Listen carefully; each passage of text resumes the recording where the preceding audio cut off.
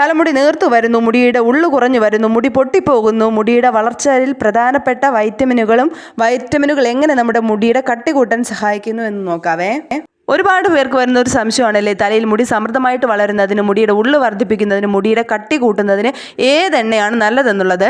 പൊതുവെ മലയാളികൾക്ക് ഉള്ള ഒരു സംശയമാണ് തലയിൽ ഏതെങ്കിലും തരത്തിലുള്ള ഒരു എണ്ണ തേച്ച് പിടിപ്പിച്ചു കഴിഞ്ഞാൽ മുടി സമൃദ്ധമായി വളരുമെന്നത്. യഥാർത്ഥത്തിൽ നമ്മൾ ചെടി നട്ടിട്ട് അതിൻ്റെ മൂട്ടിൽ വെള്ളം ഒഴിച്ചാൽ ചെടി സമൃദ്ധമായി വളരുമെന്ന് പറയുന്നത് പോലെ അല്ല കേട്ടോ നമ്മുടെ മുടി വളരുന്നത്.